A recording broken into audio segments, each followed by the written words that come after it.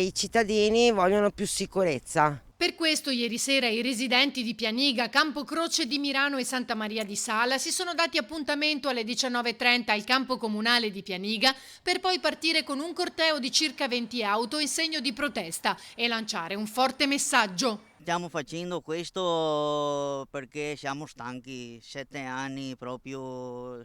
Abbiamo paura che dalle 5 alle 7 ci buttano sempre sottosopra le case.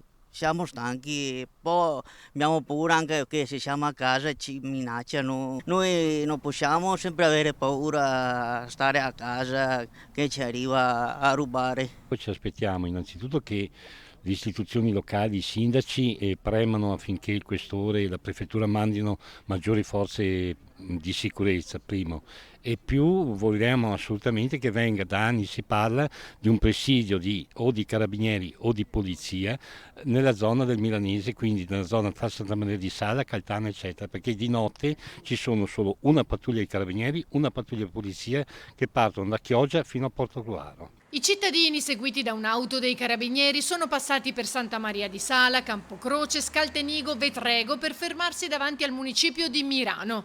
La speranza è quella di essere ascoltati e soprattutto protetti, con un messaggio al questore di Venezia che nei giorni scorsi a Mestre ha incontrato i residenti di Via Piave per ascoltare le loro problematiche. Se viene con i camper anche per le campagne, che c'è tanto bisogno di sentire comunque le istituzioni, lo Stato, perché a volte è tutto un fai da te e ci sentiamo un po' abbandonati. La preoccupazione è anche che nel ripulire Mestre la gentaglia arrivi anche nelle campagne, come è già successo anni fa quando è stata ripulita Via degli Anelli a Padova.